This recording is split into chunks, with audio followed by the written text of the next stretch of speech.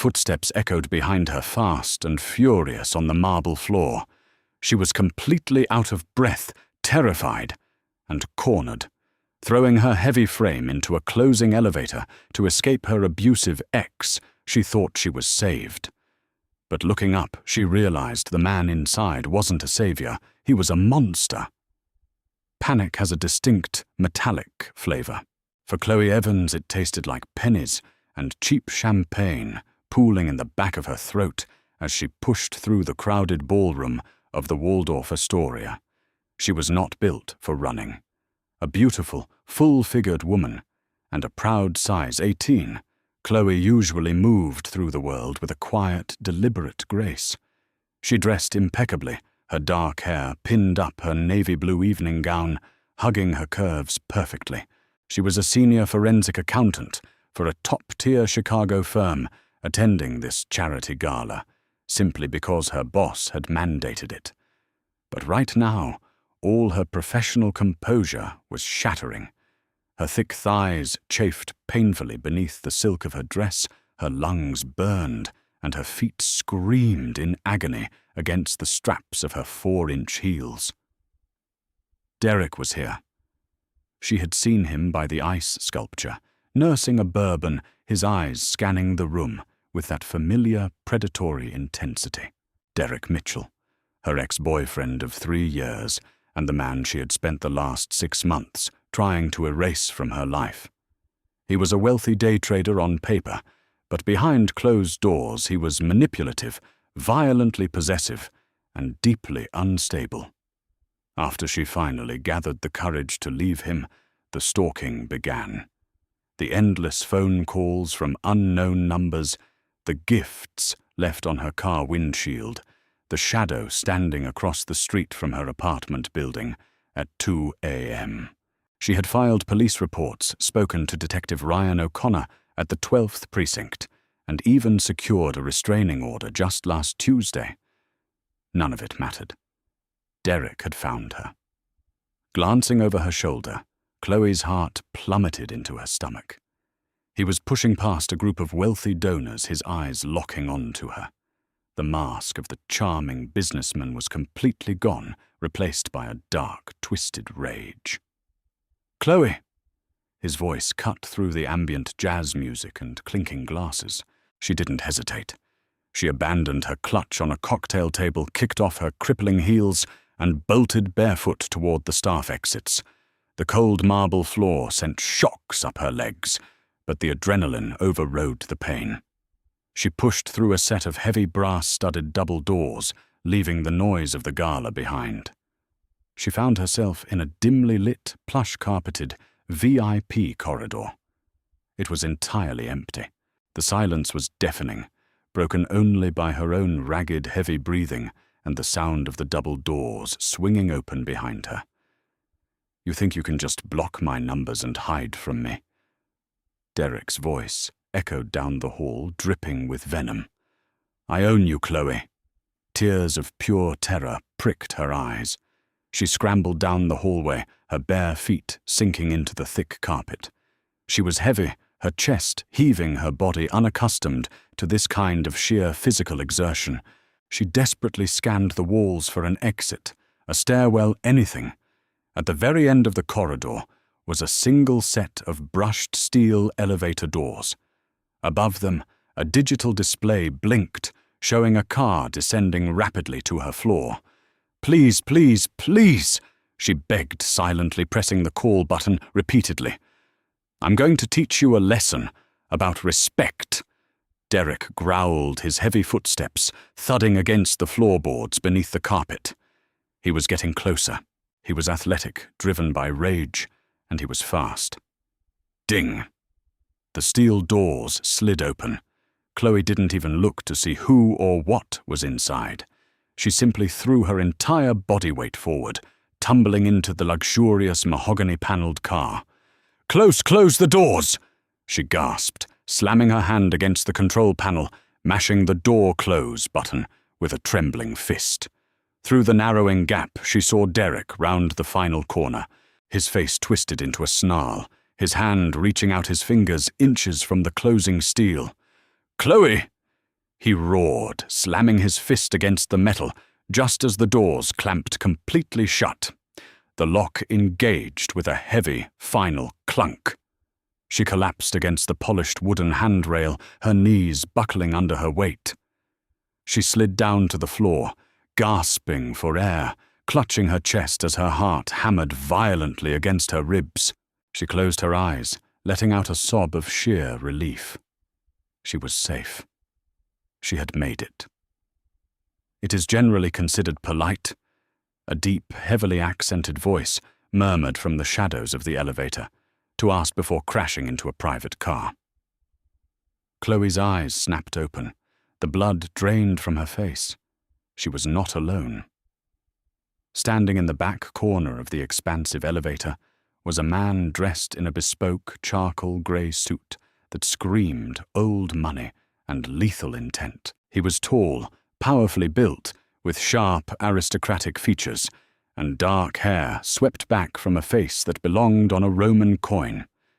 But it was his eyes that froze her in place. They were as cold and unforgiving as black ice. A jagged, faded scar ran along his jawline, a brutal imperfection on an otherwise flawless face. Next to him stood a mountain of a man, easily 6'5", with a neck thicker than Chloe's waist. The giant's hand was already inside his suit jacket, resting on what was unmistakably the grip of a suppressed firearm. Chloe had stumbled out of the path of a rabid dog, only to lock herself inside a cage with a lion. The man in the charcoal suit held up a single manicured finger. The giant paused, leaving the gun holstered, but keeping his hand inside his jacket. "My apologies," the man said, his voice smooth like velvet, wrapped around a blade. "You seem distressed. Dominic, do we know this woman?" "No, Mr. Moretti." The giant rumbled, his eyes fixed on Chloe like a laser sight. Chloe stopped breathing. Moretti. Lorenzo Moretti. She knew that name. Anyone who lived in Chicago and paid attention to the news knew that name. He was the head of the Moretti Syndicate, a vast, shadowy enterprise that controlled half the shipping ports and underground casinos in the Midwest. He was a phantom, a man who the FBI had been trying to indict for a decade without success. He was a mafia boss, and she was sitting barefoot on the floor of his private elevator. The elevator lurched, smoothly ascending at a rapid pace toward the penthouse suites. The silence inside the car was suffocating. Chloe tried to pull herself up suddenly, intensely aware of her disheveled appearance. Her dress was bunched up around her thick thighs, her hair was a mess of loose strands, and she was sweating profusely. She felt massive, clumsy, and entirely out of place next to the terrifying elegance of Lorenzo Moretti. I am so sorry," Chloe stammered, finally managing to get to her feet. She flattened her dress, trying to regain some semblance of professional dignity, though her hands wouldn't stop shaking. "I didn't realize this was a private car. I was running." Lorenzo stepped out of the shadows, moving with the terrifying, fluid grace of an apex predator.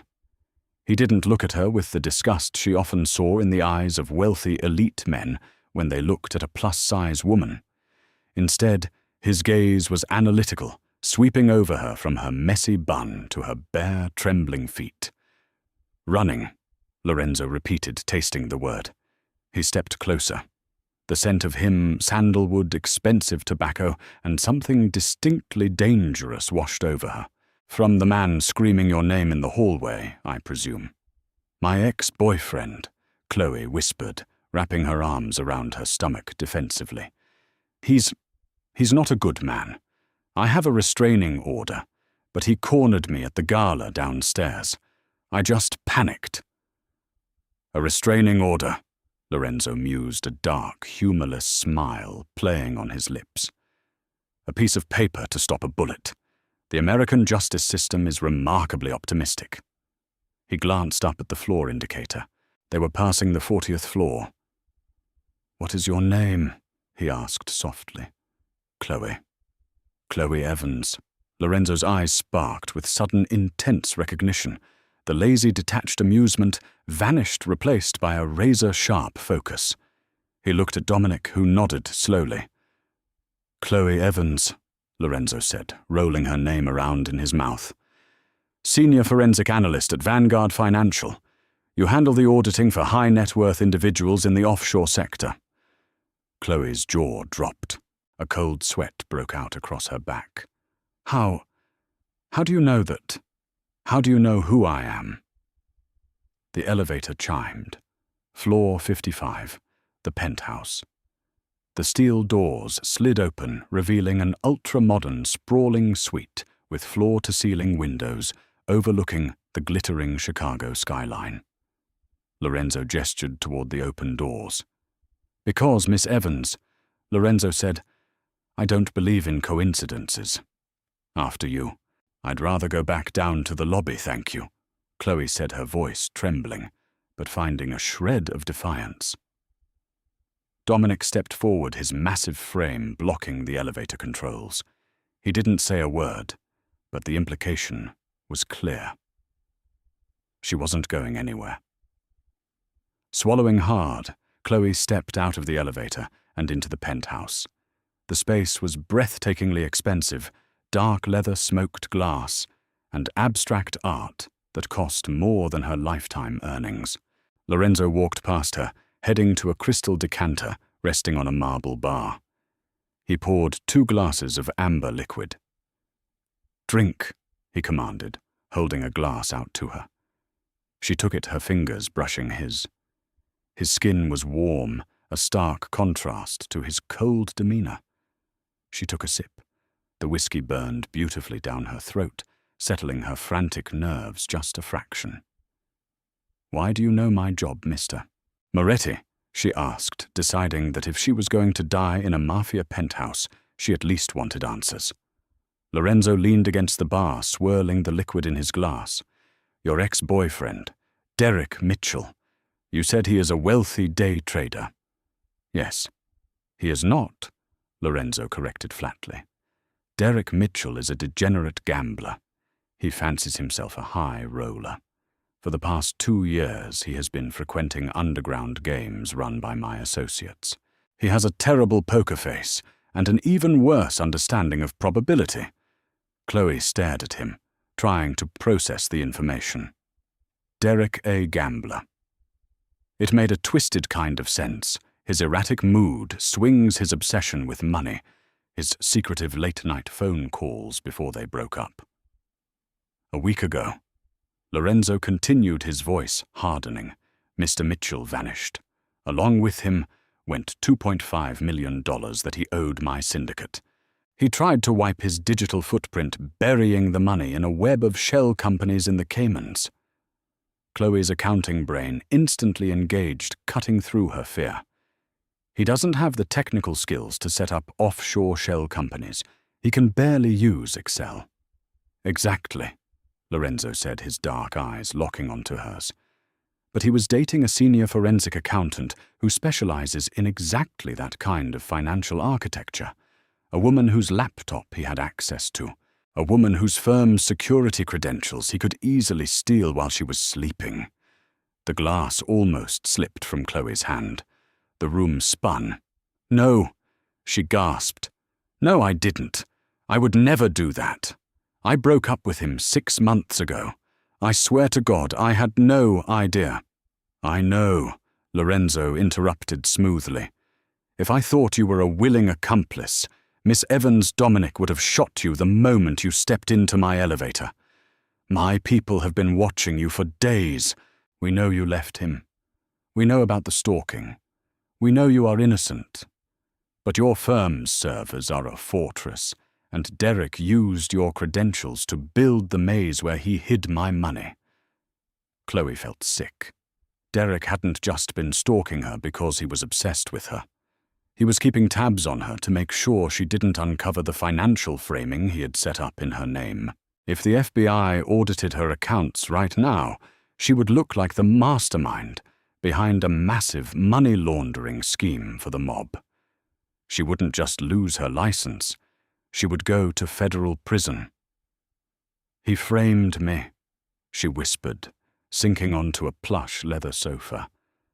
The sheer weight of the betrayal crushed her. She put her face in her hands, fighting back tears of humiliation and rage. Lorenzo walked over and stood in front of her. She looked up, feeling small, despite her size, dwarfed by the dangerous power radiating from the man standing over her. "He framed you," Lorenzo agreed, "and he is currently downstairs hunting you like a dog. If he gets to you before I get my money, he will likely kill you to ensure you never check those audit logs." "What do you want from me?" she asked, her voice cracking. Lorenzo crouched down so he was eye level with her. Up close, the scar on his face looked brutal, a reminder of the violent world he inhabited. Yet his gaze was surprisingly steady, almost anchoring. "I need access to your firm's internal mainframe," Lorenzo said softly. "I need you to use your expertise to dismantle the digital maze Derek built. I need you to find my $2.5 million.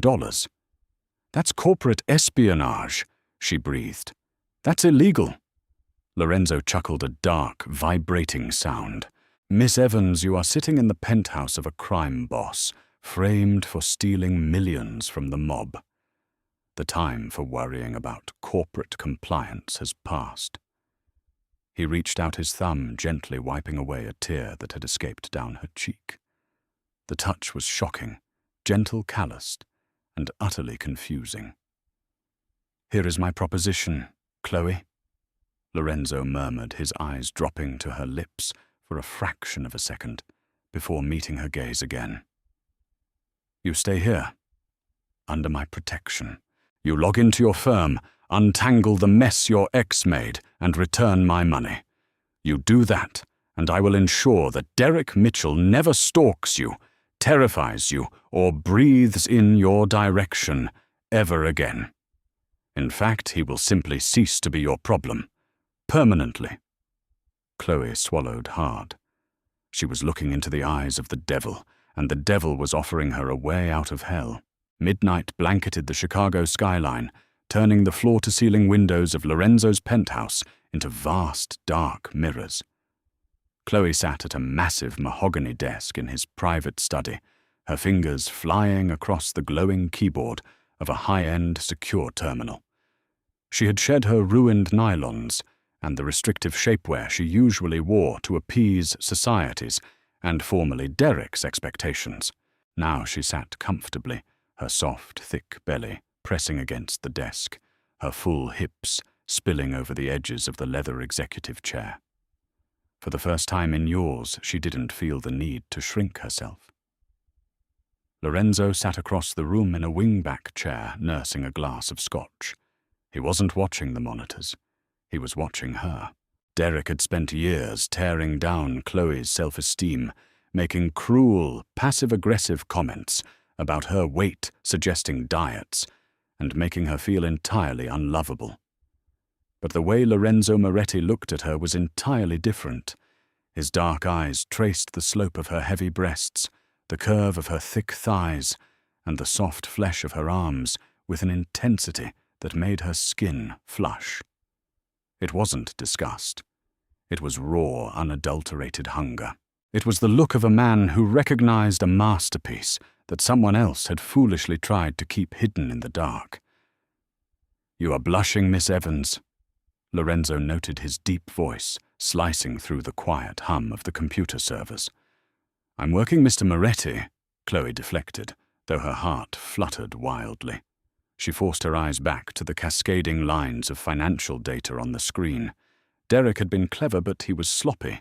He had utilized a back door in Chloe's firm's legacy software to funnel Lorenzo's missing $2.5 million out of domestic accounts. As she dug deeper, bypassing the primary firewalls she herself had helped design, she saw exactly where the rat had scurried to hide his stolen cheese. "He didn't just use standard offshore shell companies," Chloe murmured, leaning closer to the monitor. Her analytical mind was entirely engaged now, the fear of the night fading beneath the thrill of the hunt. He utilized a fractional routing protocol. It's a technique usually reserved for state-sponsored asset hiding. He broke your money into thousands of microtransactions. Lorenzo stood walking over to stand behind her chair. The scent of sandalwood and danger enveloped her again. "Can you trace them?" "I don't need to trace them all." Chloe smiled grimly. "I just need to find the bottleneck.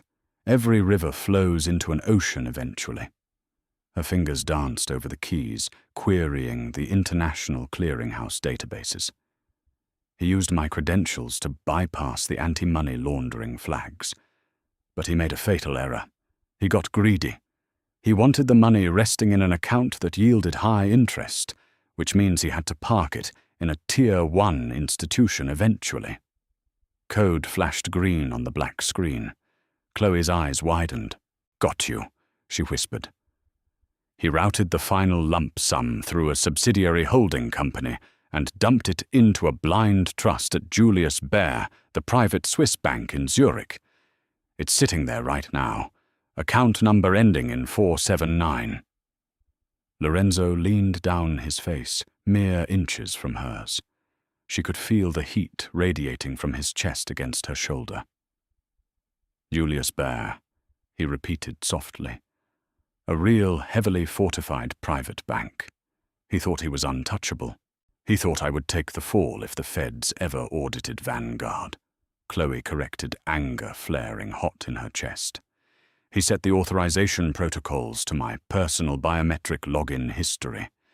If I hadn't found this tonight, the FBI would have arrested me by Friday. Then it is remarkably fortunate that you threw yourself into my elevator," Lorenzo said, his voice dropping an octave. His hand came to rest on her shoulder, his thumb gently stroking her bare skin. "Take it back, Chloe. Take my money back." "I can't just wire it directly to you," Chloe explained, her breath hitching slightly at his touch. "Julius Baer uses heavily encrypted SWIFT protocols. If I trigger a massive withdrawal, their fraud department will freeze the funds." "What is your solution?" "I use his own digital architecture against him," Chloe said, her confidence surging. "I'm going to initiate a corporate clawback. I will flag the initial deposits as an erroneous enterprise transfer from Vanguard's SAPS/4 HANA mainframe. The Swiss bank's automated compliance system will read it as a clerical error and bounce the funds back to the origin point." "Which is?" "A routing number of your choosing," she said, turning her head to look at him. Their faces were devastatingly close. Lorenzo reached into his breast pocket, producing a sleek black metal card with a series of numbers etched into it. He placed it on the desk next to her keyboard. "Send it here." As Chloe began typing the override commands initiating the recall protocol, a loud buzzing sound shattered the quiet of the office. It was a secure comms unit sitting on the corner of Lorenzo's desk. Lorenzo pressed the receiver button. "Yes, Dominic." "Boss." The giant's gravelly voice came through the speaker. "We have a situation in the lobby. The ex-boyfriend. He didn't leave. He tried to bribe one of the night managers to get access to the security feeds. He was looking for the girl." Chloe froze, her fingers hovering over the execute key. The phantom terror of Derek's heavy footsteps in the hallway came rushing back. "Bring him up," Lorenzo ordered coldly. "Use the freight elevator." "Lorenzo, no!" Chloe gasped, panic seizing her chest. "He's dangerous. He is a dead man, walking." Lorenzo interrupted, his eyes locking onto hers with terrifying certainty. "Finish the transfer, Chloe. I want him to know exactly who ended him." 10 minutes later, the heavy oak doors of the study flew open. Dominic strode in, his massive hand wrapped firmly around the back of Derek Mitchell's neck. He tossed Derek onto the Persian rug like a sack of garbage. Derek groaned, scrambling to his knees. His tuxedo was torn, his nose was bleeding, and his arrogant demeanor was entirely shattered. He looked around wildly, his eyes darting over the priceless art, the heavily armed guard standing by the door, and finally Lorenzo Moretti, who was casually leaning against the front of the mahogany desk. Then Derek saw her. Chloe was still sitting in the boss's chair, the glow of the monitors illuminating her beautiful full face. "Chloe." Derek spat blood speckling his lips. What are you doing?" "Get over here, we have to leave." Even now, even surrounded by the Mafia, he was trying to command her. He was trying to assert his dominance. But Chloe didn't flinch. She felt the solid, warm presence of Lorenzo, standing right beside her, an impenetrable wall of protection. "I'm not going anywhere with you, Derek," she said, her voice surprisingly steady. Derek scoffed, a desperate, ugly sound. He looked up at Lorenzo. "Look, Mr. Moretti, right. I can explain the money. I just need a few more days. The markets have been volatile, but I have a system." "You do not have a system," Lorenzo said, his voice quiet, carrying the fatal weight of a judge's gavel. "You have a stolen $2.5 million resting in a blind trust at Julius Baer." Derek's face went completely white. He stared at Lorenzo. Then his gaze snapped to Chloe, noting the secure terminal, the financial data scrolling on the screens behind her. Realization hit him like a physical blow. "You," Derek stammered, pointing a shaking finger at her. "You broke into my accounts. You stupid fat bitch, you have no idea what you've done. I set that up perfectly. I'm going to kill you." He lunged forward. He didn't make it. 2 steps. Lorenzo moved with blinding speed. He didn't draw a weapon. He simply stepped forward and struck Derek across the jaw with the back of his hand, a blow so devastating that it sent the younger man crashing to the floor unconscious before he even hit the rug. Silence descended on the room once again. Chloe sat frozen, her hand covering her mouth. She had spent 3 years terrified of Derek shrinking herself to avoid his wrath, walking on eggshells to manage his explosive temper. And in one single second, Lorenzo had swatted him out of the air like a mosquito. "Dominic," Lorenzo said calmly, adjusting his cufflinks. "Yes, boss." "Mr. Mitchell has decided to take a long, permanent vacation. See that he gets to his destination. Ensure he leaves no luggage behind." "Understood." Dominic hauled Derek's limp body over his shoulder and carried him out of the room, shutting the heavy oak doors behind him. Lorenzo turned back to Chloe. The cold, lethal Mafia boss vanished, replaced once again by the man who looked at her as if she were the only woman in the world. He stepped up to the desk, tapping the keyboard. "Is it done?" he asked. Chloe looked at the screen. The progress bar had hit 100%. The funds at Julius Baer had been liquidated, bounced and successfully rerouted into Lorenzo's ghost accounts. "It's done," she confirmed, her voice barely a whisper. "You have your money back." She moved to stand up, smoothing down her ruined dress over her thick thighs. I should go. I'll need to pack. If I resign from Vanguard tomorrow, I can probably disappear before the feds realize the back door was ever accessed." Lorenzo reached out his hand, gently grasping her wrist, stopping her. "You are not going anywhere," he said softly. "Mr. Moretti, we had a deal. I got your money, you handled Derek. I have to leave." "You misunderstood our arrangement, Chloe," Lorenzo murmured, pulling her gently toward him. He cupped her soft cheek, his thumb tracing the line of her jaw. "I did not ask you up here to use you and throw you away. I have spent years looking for someone with your specific genius, someone who understands the digital architecture of money better than anyone else." He stepped closer, invading her space, his body pressing lightly against her soft curves. "Vanguard did not appreciate you. Derek certainly did not appreciate you." Lorenzo continued, his dark eyes burning into hers. "I am offering you a new position. Chief Financial Architect of my entire organization. You will have limitless resources, complete protection, and you will never have to shrink yourself for anyone ever again. Chloe's breath hitched. She was a forensic accountant. She was a good citizen. She was supposed to run far, far away from a man like Lorenzo Moretti. But as she looked into his eyes, she saw the terrifying truth. She didn't want to run. She wanted the power he was offering. She wanted him. "And if I say no," she whispered. A slow, devastatingly handsome smile spread across Lorenzo's scarred face. He leaned down, his lips brushing against hers, sending a shockwave of electricity straight to her core.